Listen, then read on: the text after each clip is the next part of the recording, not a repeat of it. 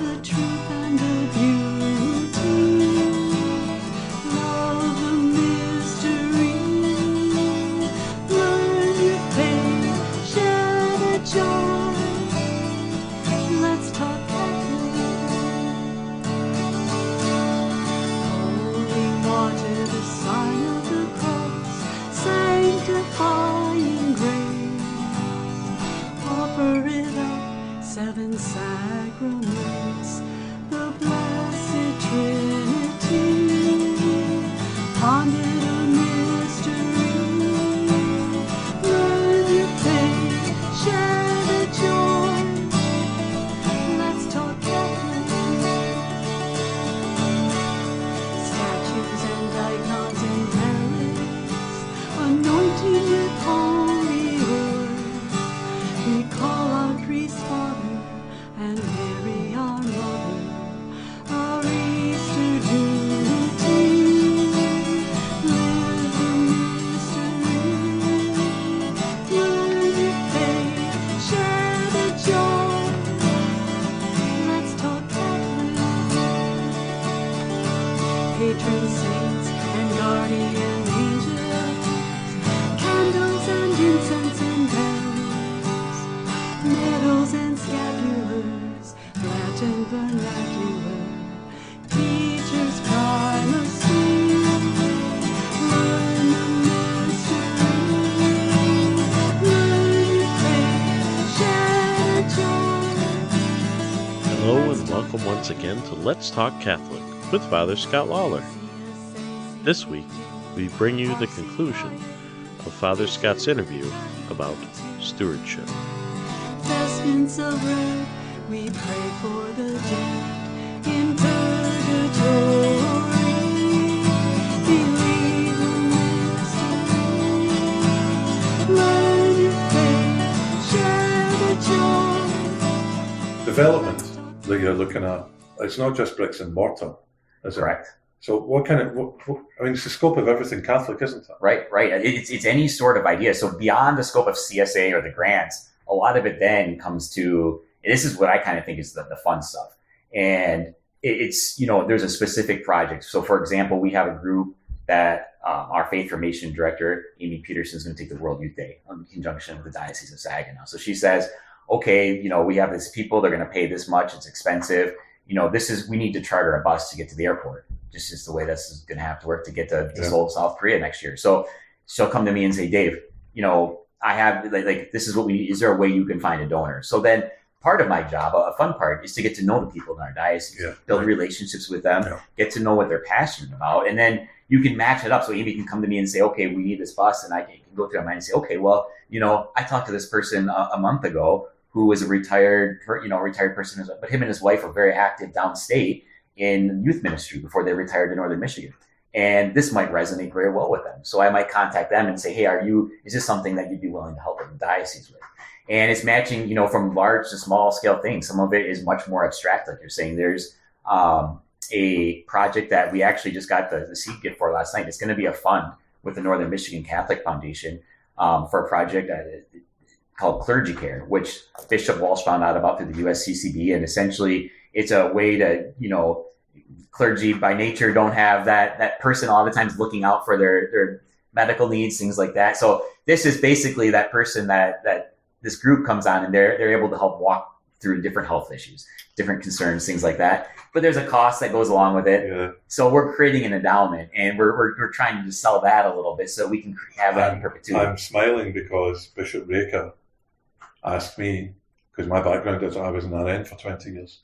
Bishop Reka asked me, would I be willing to take on a position like that? Really? And I said to him, do you really want me to go around and say and I named someone in particular who's grossly obese, right, and say, you've got, now speaking to you as a priest, you've got disordered appetite.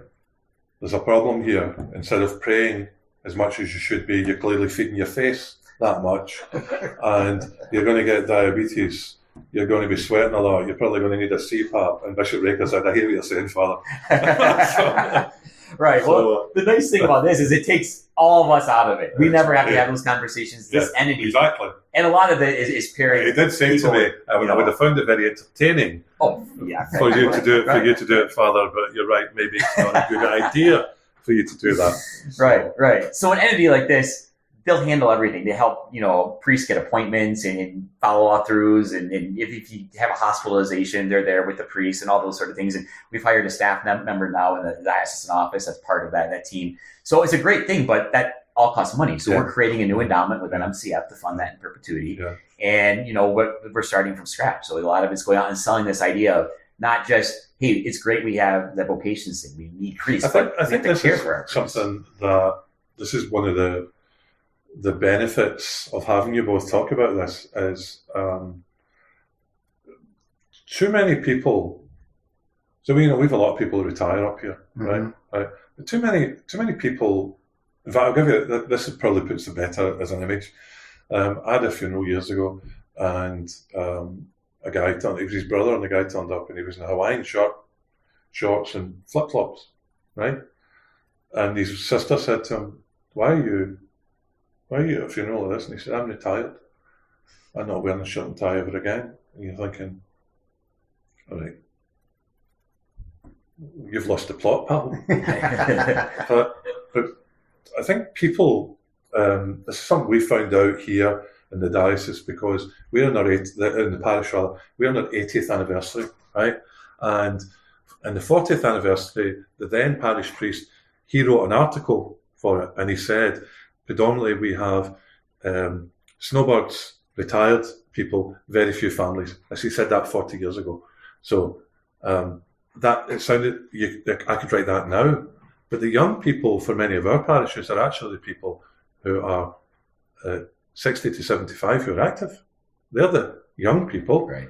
And so there is room for development. This is my point. My point is we are a diocese that's growing, right? We might not be growing from having lots and lots of kids and families in the church here, but there never was.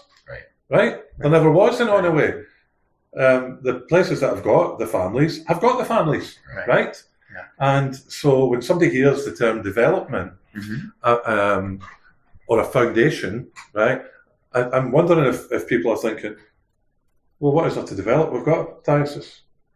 So when you're mentioning about now that is obviously specifically clergy care, but we all know this, that if we can't keep our priests healthy, then we don't just have attrition through natural means, we have attrition through them becoming disabled, through health, heart, etc. Right. And if we don't have a foundation, we've got nothing to build on. Right. So what are the things? So if you can, right, what are the...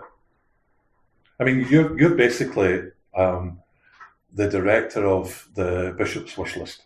Basically, And part of it I see too is there's a little bit of evangelization involved too. And an example I can by networking, there must be. Right. And an example I can use for is, just going along with what you were saying, a lot of the dioceses, a lot of the parishes are older population.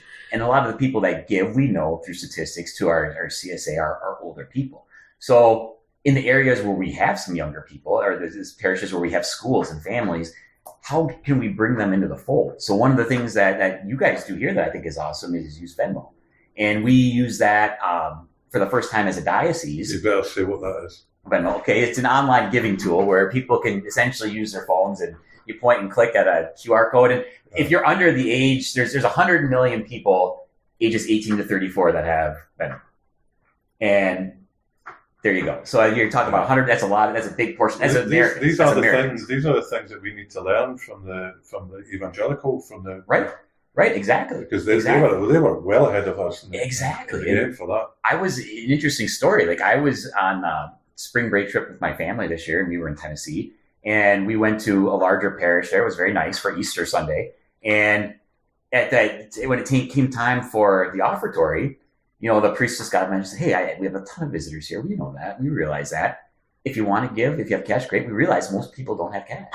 And if you look at the end of every other aisle, there's a card that's got our Venmo QR. Same thing you do. Yeah. And I mean, I got out and gave, and I bet, if you looked around, hundreds of people were to get, that's money that's low-hanging fruit for them. But in order for us... When we're done here, you two will be going across to Venmo. Teresa's got some of the office, by the way. So. Right. That'd be perfect. So what we did was, I wanted to incorporate, as a tool to reach out to these younger people, to kind of meet them where they're at. Most of these, they don't have checks. They don't have cash. So when we did this most recent, we had a seminarian at St. John Vianney Appeal for Priestly Vocations is what Bishop named it. And it was this past weekend, but it's going on for a couple of weeks. And it's a way for us to support vocations as a whole in the diocese. We put Venmo for the first time. We created a nonprofit charity account through them. And we have it on there. It's been very, very well received in the last week. And it's outstanding because you're looking through the people that gave. And are some of them in our database? So, people have given before? Yes, but a lot of them aren't too. So you're reaching people who hadn't given before, who might not have given, but they saw that and something resonated. Oh yeah, I give it. I can do that. Even if it's $10, that's great. That's absolutely great because now you're part of it. Like you've come into the fold, and that $10 from you might be the same as someone giving $1,000. Yeah, somebody said to me that apart from the masses, I don't think that we're talking about the masses. Somebody said all the audio, the visual stuff I do now, that we should put a Venmo thing up rather than asking about people signing up for Patreon. I should just put a Venmo thing up now, or get T-shirts with Venmo. Right. So people can click on the QR code. There you go. So. Yep. But it's more than just a way to make money. The way I look at that is we're bringing people into the fold. We're connecting. We're connecting. Yeah, exactly. And these are the people that, there's a lot of talk about the transfer of wealth from this generation right now. And it's going to be the largest transfer of wealth to another generation. Well, these are the people that the wealth is eventually going to come to. And we have to, it might not be in their DNA necessarily to give the church or to carry cash or to write checks and mail checks in like it is for a lot of people. But okay, now we've met you where they're at. They're part of it. They get in the habit of giving. And, their friends see that they did that in Venmo, then also maybe they're encouraged too. And there's a little bit of a snowball effect, but it's a wonderful way to, like you said, connect and bring people into the fold. So there's an evangelization part of this. So what are some of the things, if you're able to talk about them, what are some of the major things that are on the bishop's wish list? If you're able, if you're not able to, then don't, obviously. Absolutely. Right? But if there is there some kind of here's what I really would love. Right. And this is a great thing to talk about. And again, this is what I often get excited about because it's above and beyond what CSA does. CSA, because we had the Vianney appeal and people are like, well, doesn't CSA cover that? Well, yes, CSA covers vocations the bare minimum. It covers, a salary for an assistant and it covers the ability for there to be lights on and things like that. Doesn't have the ability to cover all the rest of this. If we need more seminarians, more money has to come into that. And we need more money to put them through school. So these are the things above and beyond. So to answer your question, I think obviously, the whole thing with the pastoral plan, like vocations became under the spotlight. We need more priests. So that's one thing that people have been very receptive to and is right at the top of the bishop's list is can we better fund vocations? We partnered with a group called the St. John Vianney Institute that basically is out there working with different dioceses to spread the word and spread the message for vocations. And I don't know all the ins and outs of, exactly how they do it with the young men, but I knew they do a fantastic job. They do. The numbers back it up. Yeah, they gave a presentation to us last year at the convocation. Yeah. And they're wonderful people. I was able to meet their director when he was up for a Quo Vadis retreat that they have. But just on that, actually, that was all initiated by that couple that left 100,000. Yes. Why was that not turned into an endowment? It was. There was a portion that they wanted specifically for that. I mean, that hadn't occurred to me until I've got you sitting in front of me, and I was thinking, okay, 100 grand fritters away pretty quickly nowadays, doesn't it? I mean, you can't even buy a house for that, can you? Right? So. Yeah, they actually gave a very substantial gift. They actually put $1 million into our seminary and vocation trust fund, which is an endowment fund that we have for the diocese. But again, that's only a portion of it. Right. And so that was a portion of their gift, and then another portion of their gift went specifically to this project. Right. Okay. It's beautiful. It's wonderful. It is. Some people hear these figures. Some people, sadly. And maybe they won't watch this, but they might listen to it because you actively have to search out, of course, whereas on the radio, we're just on the radio, right? why have we got CSA at all? We've got all this money. Sure. Well, the money that's in a lot of these endowments is earmarked for certain things, and obviously it's there and being invested. And one of the things I wanted to note too, that part of my role is I'm a non-voting member of the Diocesan Finance Council and then the Diocesan Investment Committee. And, having sat in on some of the foundation meetings and, been involved in those, we actually have a meeting tomorrow for the investment committee, just how far and how much detail is paid to where these investments are made. Both the foundation and the diocese work with a group called Cap Trust, and the investments are vetted. They're specifically to Catholic causes. I'm glad you brought that up, Dave, because I meant these aren't going to questionable companies. That's not where the money's coming from. To ask Tom. So I went off your question there, but no, I meant to ask Tom about that. About can you assure people as much as you can that if they give money, it's always the way you get your interest and things it's always things that are morally acceptable to us. And part of the reason why I'm asking that is because I'm going to try and be delicate here so I don't get sued. But back when Pope John Paul asked for an investigation of the finances of some of the female religious communities in America, they wouldn't let them see the finances. And there's been a couple of reasons that have come to light. One was because one of them was investing in armaments. And another group of sisters, they were investing in Planned Parenthood. Mm-hmm. And they didn't want the Holy See to see.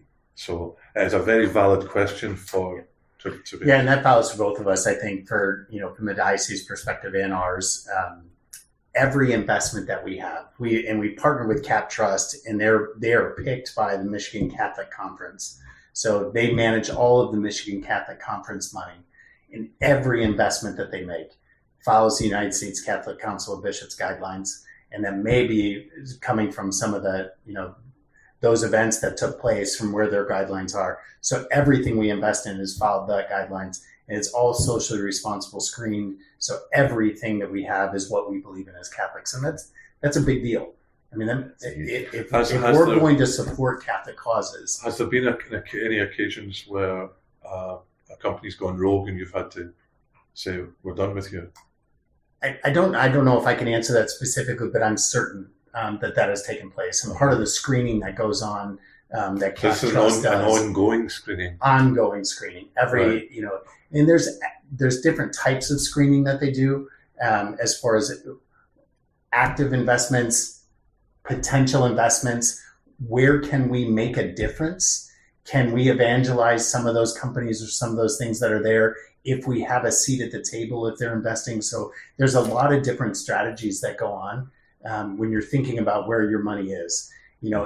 For endowments, like our portfolio is a little bit different than the diocese portfolio. Mm-hmm. And that's done on purpose because, we talk about, you listen to Dave talk, and I wrote down today and tomorrow, because it's really kind of the difference. I mean, we're not in competition. We work hand in hand together. Yeah. Dave is raising money for events that need to go on today. Yeah.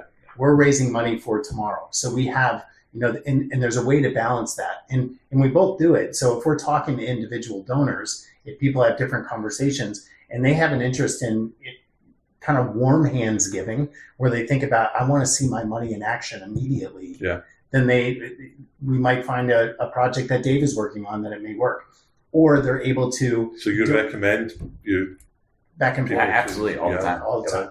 Yeah. Okay.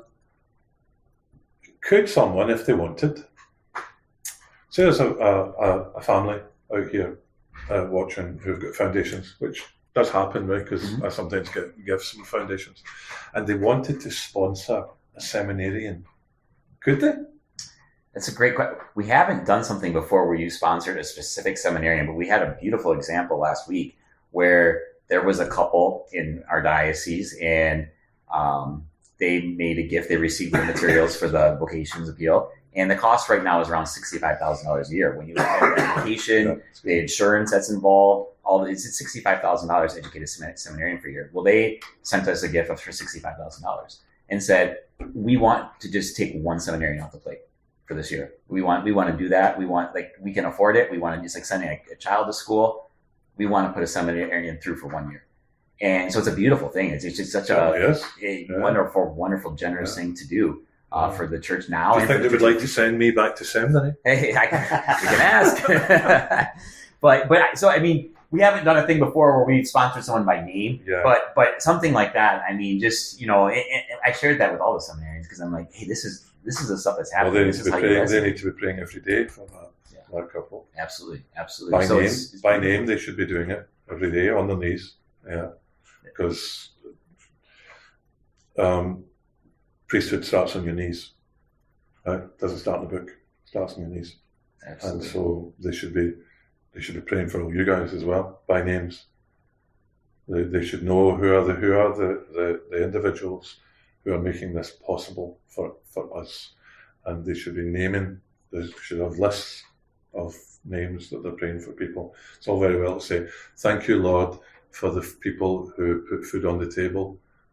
Well, no, they're actual people staying awake at night, worrying about how will they get money to keep this going. Because no priests, we won't have the Eucharist, we won't have the Lord. These are the essential, and after all, that is the core of what you're both doing. It's about maintaining a healthy church. Mm-hmm. And it does involve light bulbs, right? Parking lots, air conditioning, clothes and things. It involves all those things, but at the core of it all is we need people to pray for both of you as well. So if you can't give money, I always tell people this: the 3 T's of tithing: time, talent, treasure. Right. So people might be listening to this; they might not have the treasure. Although in a second you both could say, what's the smallest amounts that you'd be willing to have people get on board with. But some people don't have the treasure, fixed incomes, etc. Talent. There are ways. You talked about your board. You talked about your networking. If there are people out there who feel, I'm sure you feel this, Dave, if there's people out there who have got connections, who maybe there's somebody out there who's got a bus license and can get you a bus and is willing to cover that, taking people to somewhere. Yeah. And then there's time. And every single person listening to this, watching this, has time to pray for the success of these missions.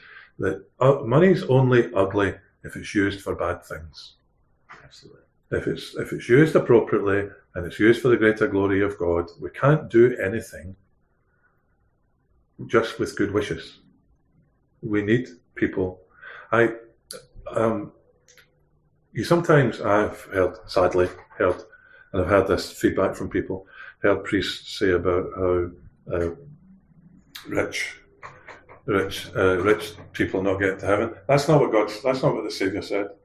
He said it's difficult. Mm-hmm. He didn't say it's not possible. Right. And frankly, there are some poor people that would steal the enamel off your teeth. Right. Right. They're not getting to heaven because they're poor. They're getting to heaven because you're holy. Right. Right. And the problem is, of course, that wealth can cause you to have distractions. But there are some very good, I would say, borderline, if not, I hate to presume, but holy people who live within our diocese who give, and people shouldn't say, well, they give because they can afford it. Some of these people are given, and they're given hard, and it's large amounts, and it's the equivalent. Some people who give smaller amounts are given the equivalent of these large amounts, but there are plenty of people out there who give, who see the purpose of the mission, right? That the mission is about how are we going to get to heaven. We're going to get to heaven if we have priests, good priests, well-trained priests, who don't have to worry about finances. This is one of the things about. So I was a manager. I was a charge nurse, and I was a NHS. I was a hospital manager. So I think actually I might be the only priest in our diocese that actually had management background that didn't own the company. Okay. Right. So was answerable, was in higher level, middle management though, was answerable. Right. Yeah. So when I come to parishes, often the staff will say, the way I deal with people, well, it's very good, and how you plan things and stuff like that. Right. But there's no class in seminary. This is something I think for you both to think about, but definitely I'm going to throw this out here. This is some of the conversation I had with Bishop Breaker. There's no class in seminary that tells you how to balance a checkbook, never mind huge amounts, right?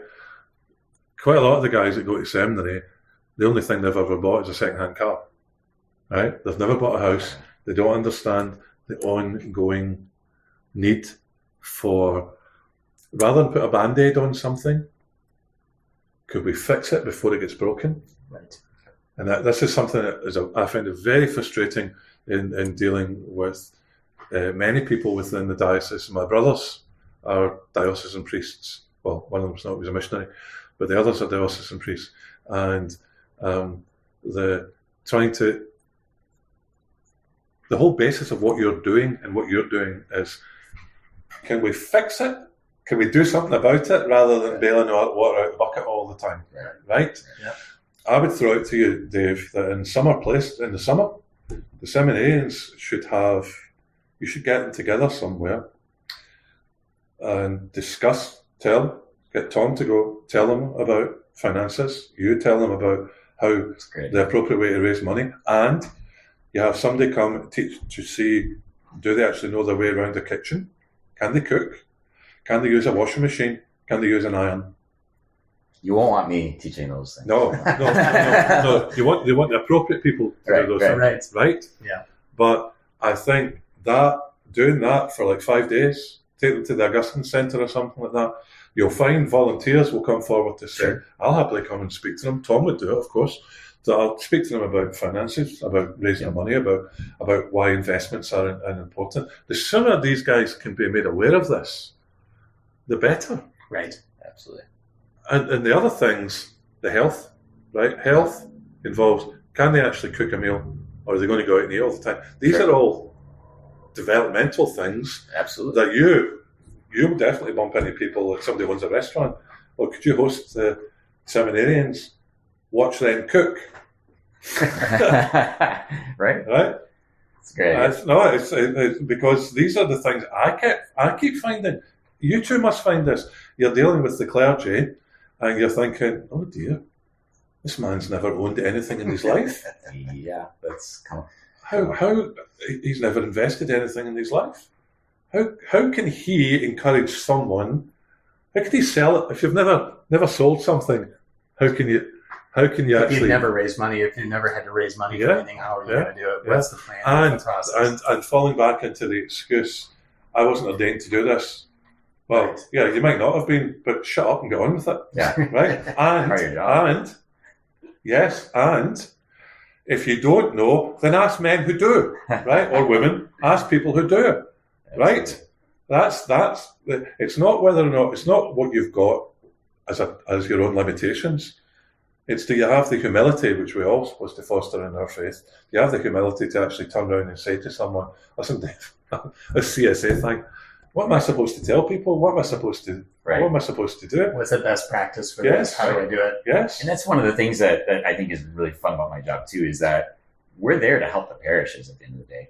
And I love, like, most parishes in our diocese don't have the ability or the know-how to take a stock gift, but people in their parish might want to give a stock. Well, that's what I'm here for. So I let them reach out to me. We'll get the gift. We'll sell it. We'll talk to the church. But as I parish. mentioned to you, I think I said it to Tom the first time I met him. Mentioned it off camera, so I'll say it on camera. That the attitude of it's us against Big Brother, right? Which some priests, and they certainly a lot more did, but some priests do that to try and curry favour with, I'm in this together with you people. Sure. Well, it's not as a Big Brother. You actually touched upon this when you started talking. You made it. It's the parish, the diocese, the country, the church. Mm-hmm. And by country, I mean the our bishops together. It's not. I'm living in, to use, since I love using my Lord of the Rings Tolkien thing, we're in the Shire and you ain't getting in. Right? Because I've got the Shire guarded. There's no place for that in Catholic. I mean, the word Catholic means universal, right? So there's no place in that. And that's why it's important to have you two point out, we work together, we refer people to each other, we're in this together, we're all supposed to be evangelizing, we're all baptized, priest, prophet, king, priest, which means that we're all there offering sacrifice, trying to get the mission, right? And this is the thing, and I'm glad to have met you because you're enthusiastic, as was Chance as well, right? But the mission, I mean, we've got the best product in the world, right?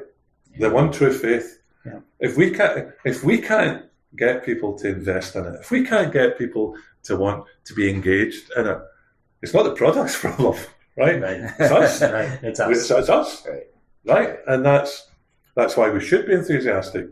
Doesn't mean that everything always ticks along great, Valley of Tears and all that, but we've got such a great product. Now, one of the things I know Tom can talk about it. I would imagine you can as well, Dave. Wills.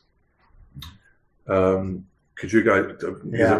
It's an area that we have started doing these, and I got this idea from. There are many other foundations like us across the country, and I belong to the consortium of Catholic foundations. Okay. And what that means is that I believe we have 73 members of other Catholic foundations like us across the country. We get together once a year, have a meeting. And I got it from Grand Rapids and the West Michigan Catholic Foundation. They started doing events called Wine and Wills.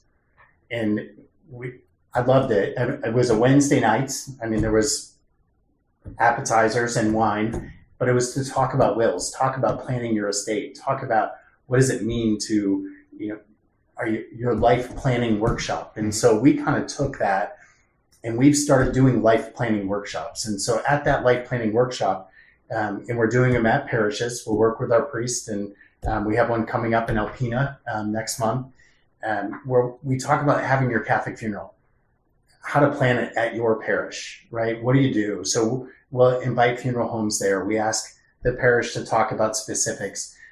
Jamie Truax, who was part of the diocese and running the cemetery side, would come and speak. And it's an area that we don't talk a lot about. And you need to plan your funeral and start thinking about that. Then we have a small segment on estate planning and planning your will. 70% of Americans, so 70% of our parishioners do not have a will. They don't have a plan. And that's one of the greatest dividers at time of passing. So when my mom passes away, I need to make sure that her estate is planned because I don't want to lose connection with my family. I'll tell you this before you carry on. This is from a priest's point of view, it's a huge problem because faithful Catholics are dying, and because they haven't put it in writing, their children aren't having funerals for them. Right. It's appalling. Right. Absolutely appalling. I mean, strong, faithful Catholics. And because they haven't got a will, or they haven't put it in writing, or they haven't spoken to a funeral director, and families are just saying, no, we'll have something at the graveside. It's appalling thing. Anyway, and we're working with the funeral homes to help. How do you pre-plan your funeral? How do you do that? And all of our local funeral homes all have plans that they can work through with that. So if we're touching on those two areas, and then I kind of close the meeting with how to leave your Catholic legacy, and how can you, contribute to your parish? How can you leave your annual, like I mentioned earlier, if you think about leaving enough money in an endowment or a portion of your estate to an endowment at your parish, your annual giving will be there forever. And that's one of the beautiful things. I mean, an estate gift truly is a gift of love. You are thinking about your parish as one of your kids for the rest of into perpetuity. And you are going to financially be able to support that forever. And so it's an area that we're working on, and there are several different things out there. My Catholic Will, Free Will, there's different organizations that have online wills that you can create. Yeah, and we're vetting some of those. I got an email from St. Paul's, Scott Hand's group. Yeah. I think was it My Free Will? My Free Catholic Will? Yeah, there's several different organizations like that out there. And we're vetting those to try to find out, do they work? Are they good for us? Are they, how does that work? But more than anything, so we've started doing these life planning workshops, and the results that we've seen for anybody that currently has an endowment for us, or bringing people into, the idea of creating an endowment or a thought process of where it goes. Every one we've done, there's been some sort of change where people have said, wow, it's kind of, you mentioned light bulbs, not just the light bulbs that we're trying to fix, from like, put them on, but for the mind. I mean, if we have a light bulb that goes off and then people start thinking about it, everyone has had that. We had after one of the life planning workshops we had a couple come up and decide to create an endowment for youth ministry at their church, and they did it in honor of their granddaughter who passed away at birth. Absolutely. Yeah. So they're giving to it annually, and then they change their IRA. So at the time of their passing, there will be enough money into that fund where they will be able to take care of every youth ministry need at their parish. Right. And that was after one of those meetings. And so that's not the real, it's not the real reason that we're doing those. I really want our parishioners to be able to have their will planned and done, and at least start the process. It's work, and when it's time. I had a life insurance agent that I was working with prior to coming here. I was working in the foundation at Munson Healthcare, and I worked, and it was great. We raised money for a lot of capital causes and all those kind of things. But he told me then, and it's while I was working there, he looked at me and I said, gosh, these are really hard conversations to have, to kind of talk about planning your funeral and planning your death and what are you doing? And he looked at me and he said, Tom, but if you do it in Christ's eyes and you do it with their thought process on their timeline, it's a great conversation. It's an adult conversation, and they'll be ready to have it. And those are things we're willing to do. Yeah, I'll tell you, this is a true story. It's about Padre Pio. So you'd be too young to remember, but Tom might remember. How old are you, Tom? 55. So you might know who I'm talking about. There was an Italian actress. She actually, I think she died last year. She was 98 or something. Gina Lollobrigida. Right. So anyway, she was a sex symbol. Probably in Italy, more famous than Sophia Loren, who was much better known in the English-speaking world. And she went down when she was about 18. She already was a star in Italy then, and she went down to see Padre Pio. And people used to line up all the time to go to confession, Padre Pio. And there was a whole lot of paparazzi, actual paparazzi, that's it being an Italian word, right? Mm-hmm. And Padre Pio came out, and Gina Lollobrigida went up and said to him, everybody says that you're a really holy man, say something holy. So he looked at her, and he went like this. Death is never far away. You have time to change while you can breathe. Wow. So, that is true. It is very true. Right? It's really true. So, when you're talking about a will and about preparing for death, because I was going to say to you, if you're having them in the parish, you should encourage the priest right after saying, by the way, I'll have an hour of confession afterwards. Yeah, absolutely. Because, well, memento mori, right? Remember the dead, right? We have that. It is something we should remember. Yeah. Wills for the diocese? Right. Not as prevalent as they are with NMCF. A lot of times, depending on if someone brings that up, or if we bring it up to someone and there's a specific cause they want. A lot of those are things that already have endowments set up for. So a lot of times we might reference them to Tom. Okay. But there are certain circumstances where people have left, things to the diocese, and it can be creative. It can be, we had a person leave a home to the diocese, mm-hmm. and well, that could be a nightmare as well, can't it? Could be a nightmare. We had somebody leave us. We had somebody give us a car recently. No, that's not. And that wasn't. It was a lot. Eventually, we managed to find somebody but it actually ended up costing us not as much as the car was worth, but it ended up costing us as a parish. the cleanest way, obviously, is to do it the traditional way. And but the majority of the situations are ones that just working hand in hand with Tom. But NMCF has a fund set up, so it's easier for us to have them set that up. Leaving a home is something I've got to bring this up. We just had one of our priests, Father Denny Stillwell, who left his home to the NMCF, and in so creating an endowment for the homeless. What a beautiful gift to be able to think about, and it's going to be for the homeless within our diocese. And we'll create a grant process where people will be able to apply for it. We have, hopefully, Father Denny, we have a lot of time, before that comes to fruition.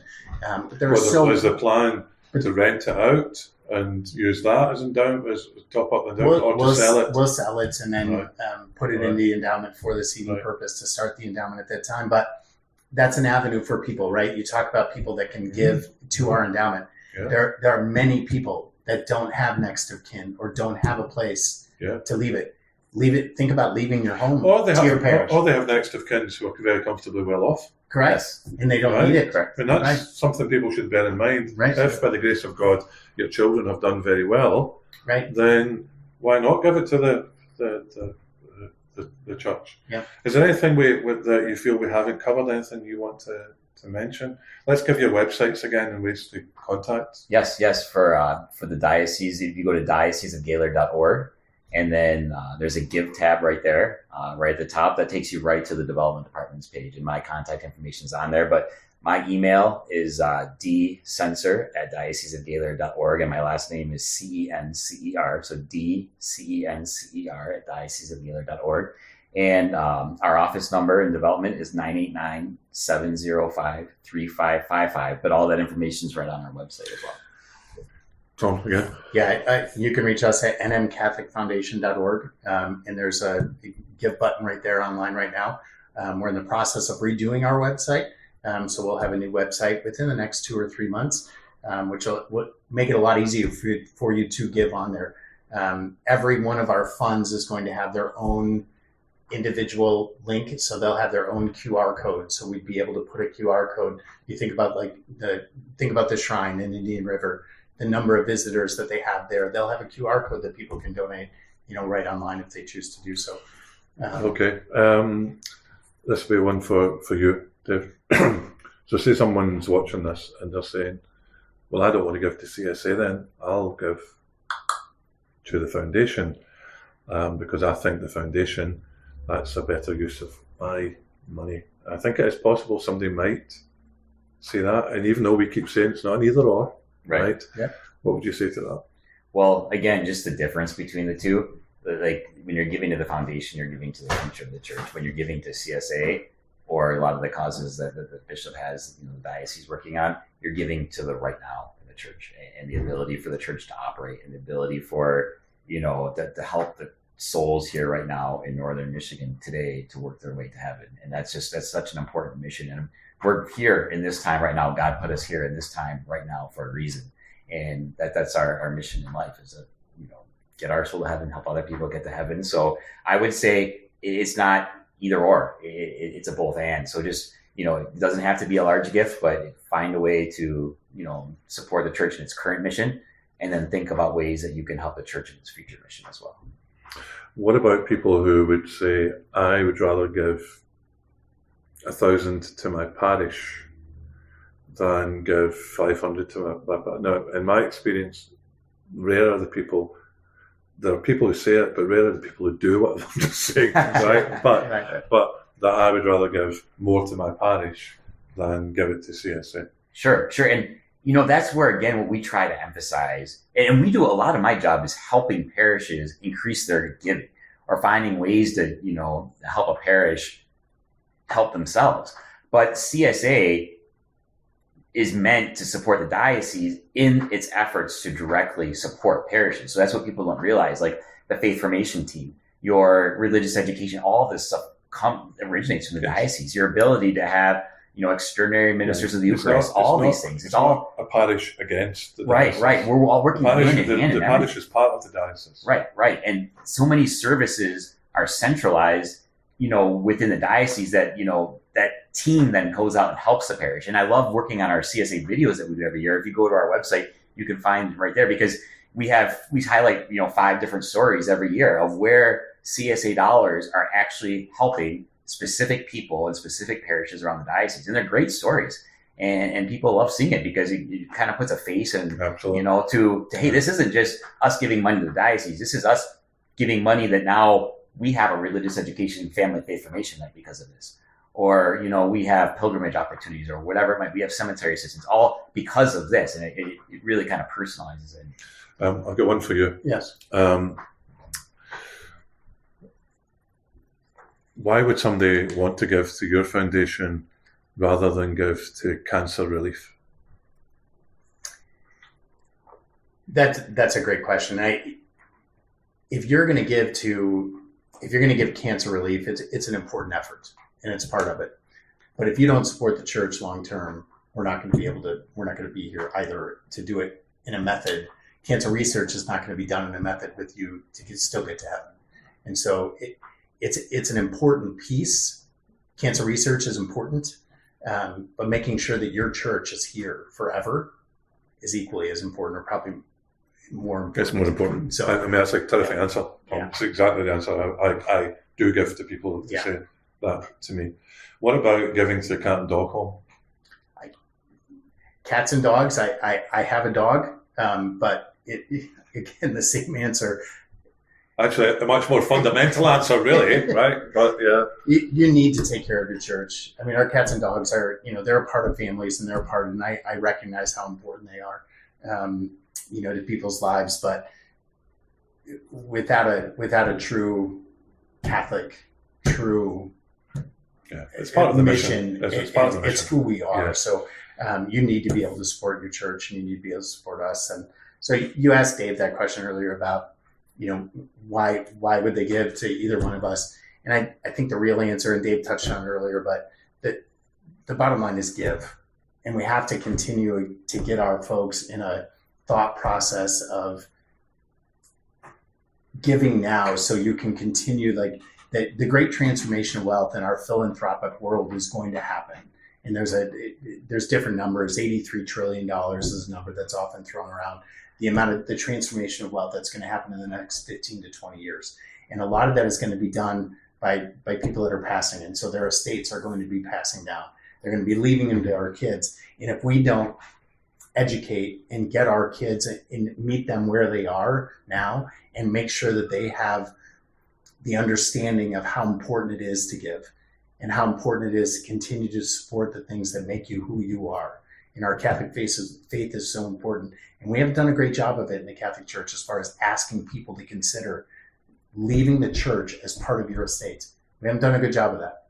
We raise money and we continue to do that all the time, but leaving money to your church as a long-term gift. Mm-hmm. And that's where we come in. And that's why we work hand in hand. And that's why it's a good relationship.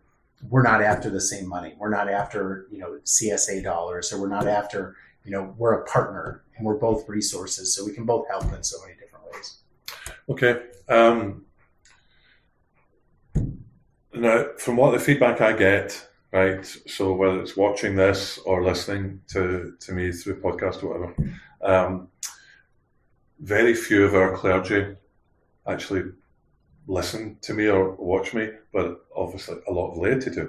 Mm-hmm. So if somebody's watching this and they think my parish or my priest would benefit from having Dave or Tom or both come, or we as a finance, if they're watching this and they're on the parish finance, mm-hmm. How would they do it? Could a lay person invite you to come? Well, you can go anywhere you like, right? But presumably you need an invite, whereas you don't. You can just turn up somewhere, can't you? Right. I mean, you can, because you're doing the bishop's work, right? Right. So, what would you suggest would be their process for? I think we both do that quite a bit. Like, I spend a lot of time meeting with parish finance councils, helping with different causes of different parishes when they. But these will be councils with priests that are engaged. Right. I'm talking about as a layperson. Well, I'm talking about if someone's in a parish where it's just not happening. Well, I'd say reach out. At least, start that conversation. Reach out to me. Let us let's talk through it and see where that leads, because, we're here to help, and that's what people need to realize. Yeah, we can do that together. If you reach out to us and have a conversation, I'm going to encourage you to reach out to your pastor and have a conversation with your pastor. And then I'm going to be able to say, hey, is it okay for me to use your name? And if it is, great. If it's not, that's okay. But then I'll follow up with the pastor and say, hey, I had a conversation with somebody from your parish and they reached out and we want to come and talk. I just want to let you know what we do, how we can help, and we can be a resource for you. I'm particularly also thinking about, at least maybe a third of our parishes have either guys who are nominally retired or are not Americans. Right. And so I'm sure these kind of things are not happening in rural Nigeria.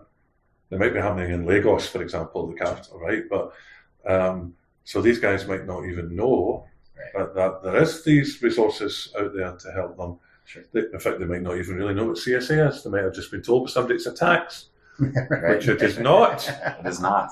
No. So that's really, and so I'm encouraging people who are watching this. Now, if you're not from our diocese, if you're somebody who watches this or listens to me out with our diocese, most dioceses now in the States would have somebody in your position. Correct. Wouldn't they? Yes. Somebody, you said there's 73 foundations? There's 73 that are part of the consortium, but there's more that are not a part of our consortium. So if there's somebody else out there, reach out, because I can certainly help connect you with a Catholic foundation that is local in your area. Okay. And I suppose they could try you, but they should be able to, through their own local diocesan office, should be able to go on. Most development people want you to know they're there. Yeah, so yes, that's right. But in some places, maybe it's not been facilitated, because it's not.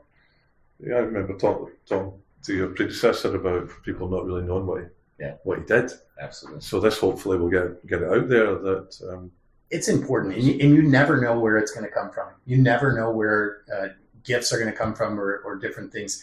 And I use this Wayne Mueller, he used to be the development director for the Grand Traverse Area Catholic Schools. He once told us that we're all in development. And that's when I would spend 18 years as the athletic director at the high school. And we're all in development. We're all raising money. We're all raising friends. We're all raising, creating relationships, and we're doing that. You never know where things are going to come from. You will get transformational gifts from estate giving. Sure. Transformational.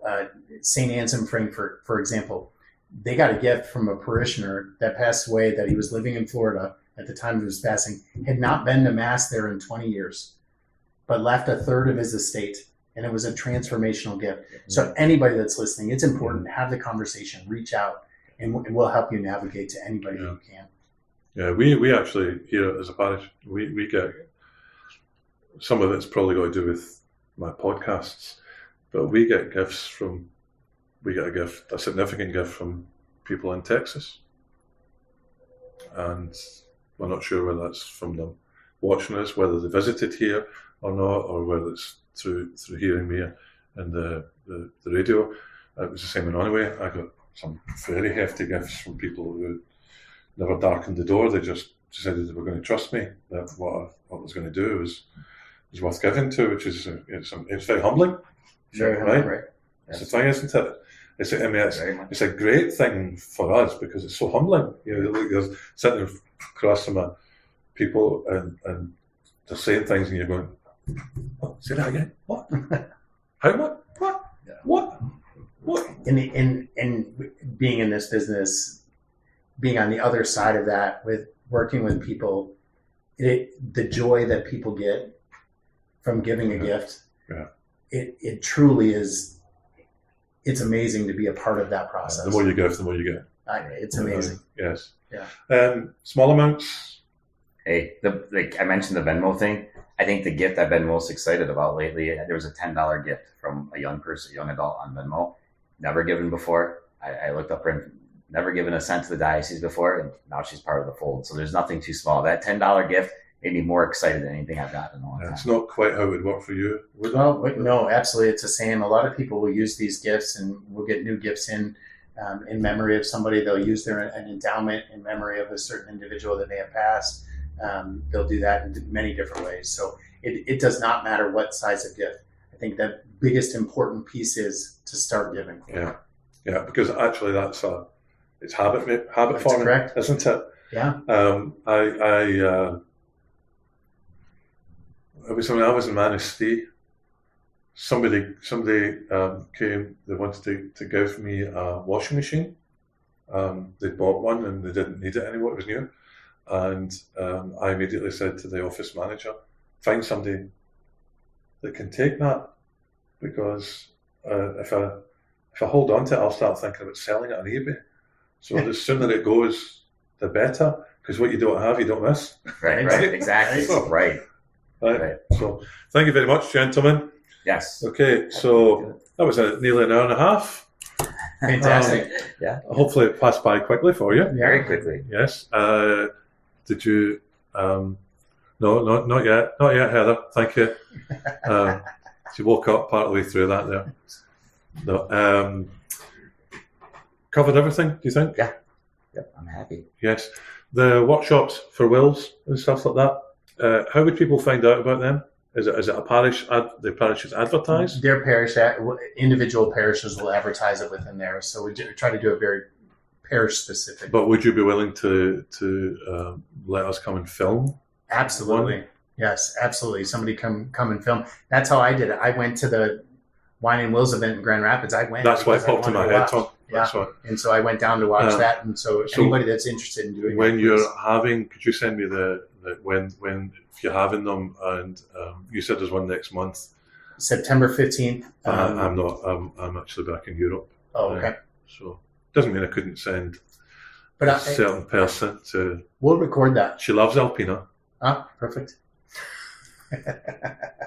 So yeah, actually, Father, it's a great idea. I'll record the one in Alpina, and I'll be able to share it. And people want to talk and think about, what do we do at those events, and we can send that. And we can share that. I know Father Michael in Traverse City, he recorded one, and I'll find out if he's got his when we did his there. Recorded audio, or recorded the whole. He recorded video and he recorded the whole thing. So okay. I'll find out where he's at with that. Okay. So yeah, that's great. Okay, let's pray. In the name of the Father, the Son, the Holy Spirit. Amen. Our Father, who art in heaven, hallowed be thy name. Thy kingdom come, thy will be done, on earth as it is in heaven.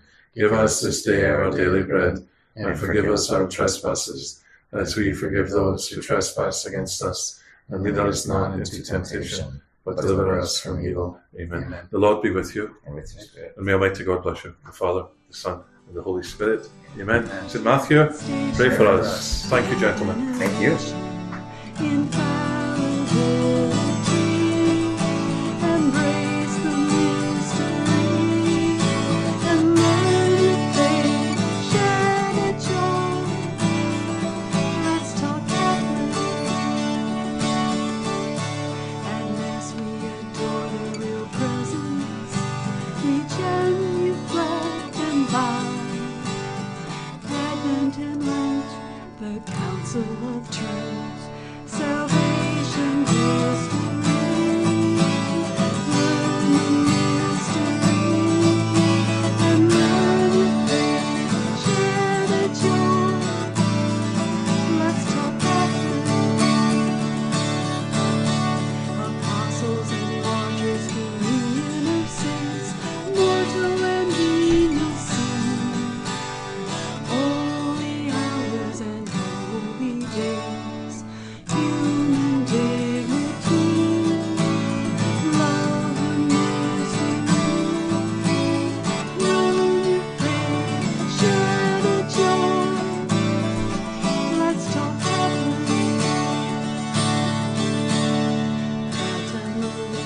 Thanks for joining us today. You can listen again to this or any other episode of Let's Talk Catholic at our blog, letstalkcatholicpodcast.blogspot.com, or you can find us on iTunes, Spotify, or almost any other podcast provider. You can also like us on Facebook. Let's Talk Catholic is produced by Nick Medelski and can be heard right here on Relevant Radio in Northern Michigan, Saturdays at noon.